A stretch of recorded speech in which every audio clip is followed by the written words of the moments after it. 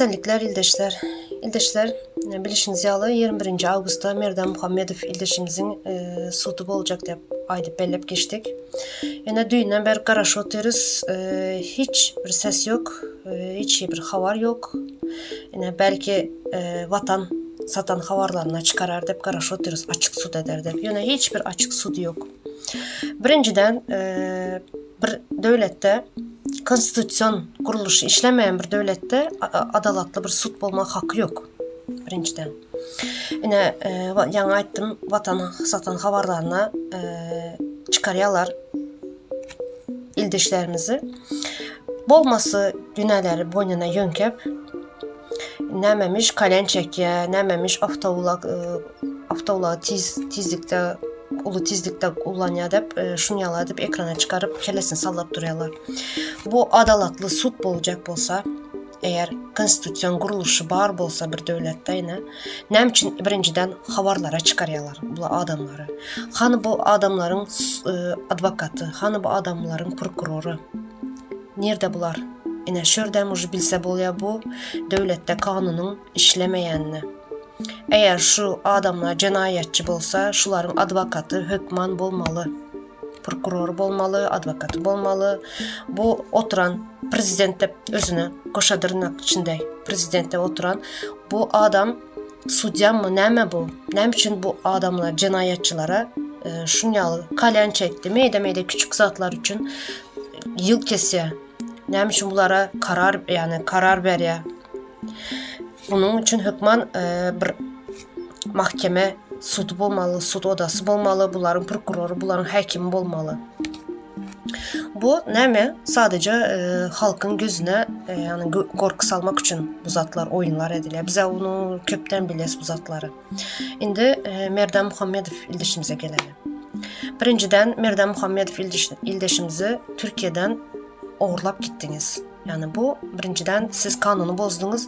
Yani bütün dünya insan haklarında buna adam kaçakçılığı değiller. Birinciden. İkinciden nem için Merdan Muhammedov'a kapıların arkasında sud ediyeniz. Nem için Merdan Muhammedov ildeşimizi ekrana çıkarmadınız, açık sud etmediniz.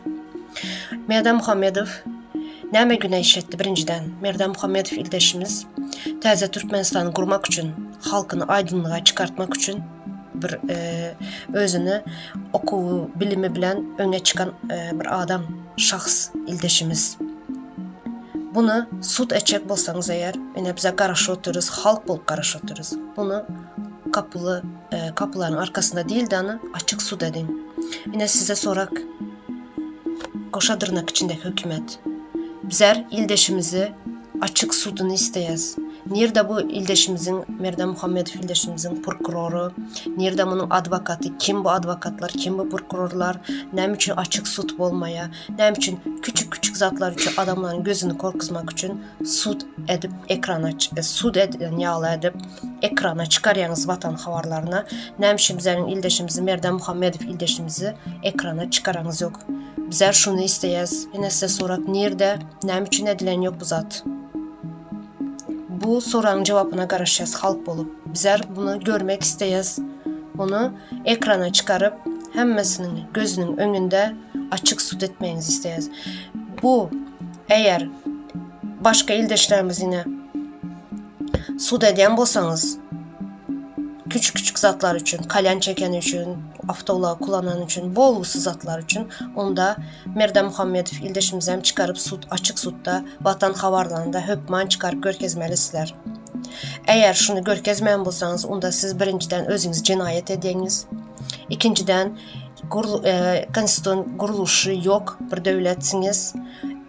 Onda bu türmelerde yatan ildeşlerimizin hiçbir günahı yok. Bu türmeleri hükman surattan onda boşaltmalı bolyanız. Bu türmeler açılmalı kapıları.